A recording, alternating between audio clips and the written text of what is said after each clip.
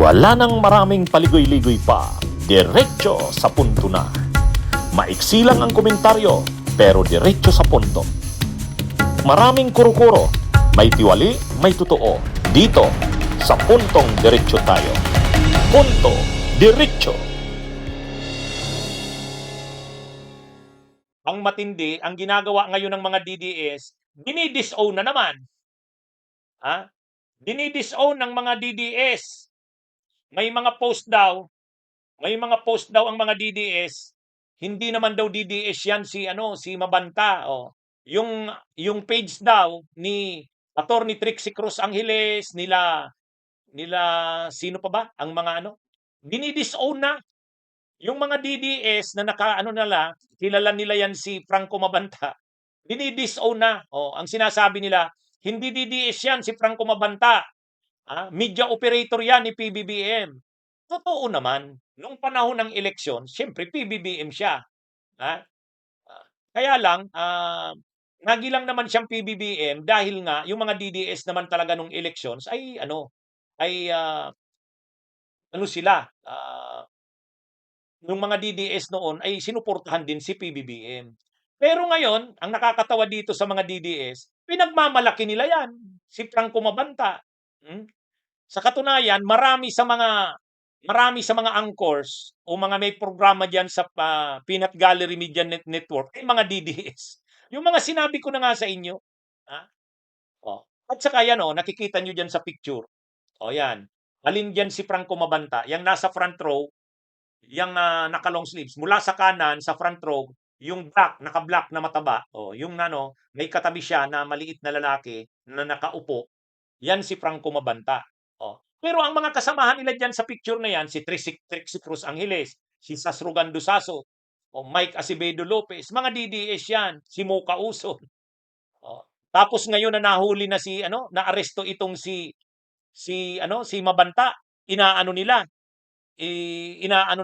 dinideny na nila, hindi daw yan DDS, Marcos, daw yan, media director daw yan ni Marcos. Totoo, media director yan ni Marcos nung elections. Sinaman yung mga DDS, Marcos din nung elections, di ba? Kaya lang ngayon, hindi na. Ang mga programa ng PGMN ay pro Sara, pro Sara ang PGMN. Kaya yung mga sinasabi nito ng mga DDS na daw nila, hindi daw yan DDS dinidisown na lang nila kasi nga napakalinaw na nasangkot ngayon dito sa extortion.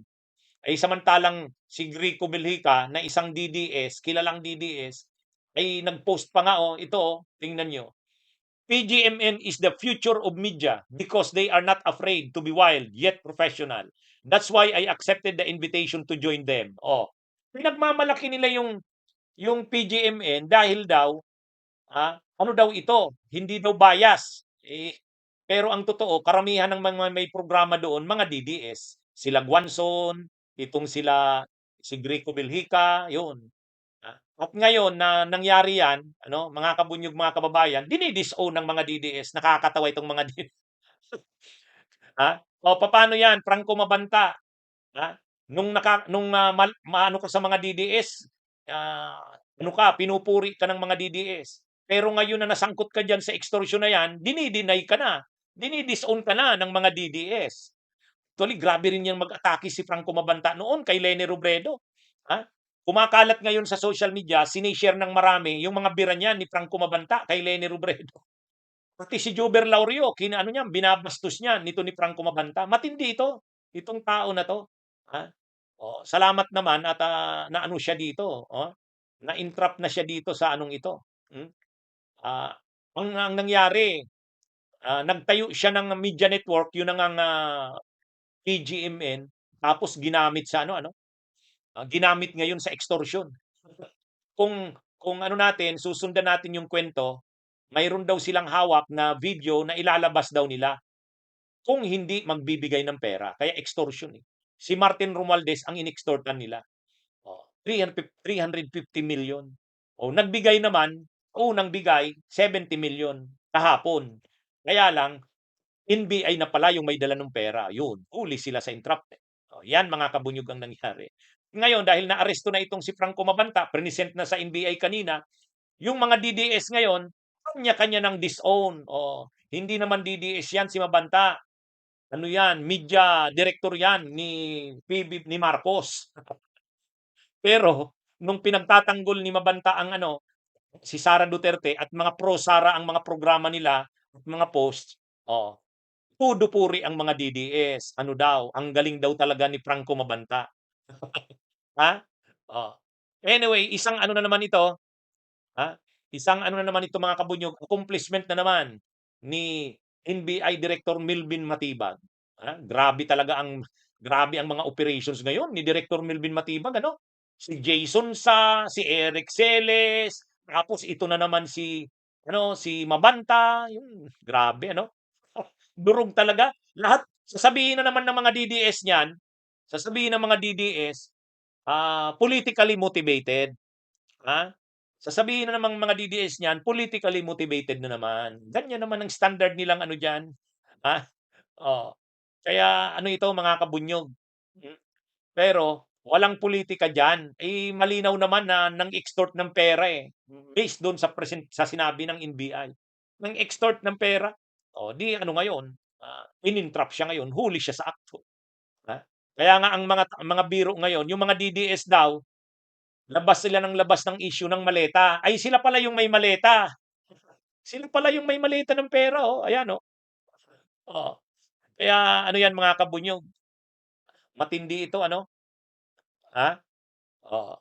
Kaya ano ito, na-expose na naman ang ano, pero sabi nung hindi daw totoo yung akusasyon sa kanya. Sabi ni Franco Mabanta. Eh, siyempre, gano'n ang magiging depensa niyan, sasabihin na naman niyan politically motivated, biktima siya ng pamumulitika. O ganyan talaga 'yan, ah, oo. So 'yan ano, matindi mga kabunyog, mga kabayan. Grabe ang nangyayari sa bansa natin ano.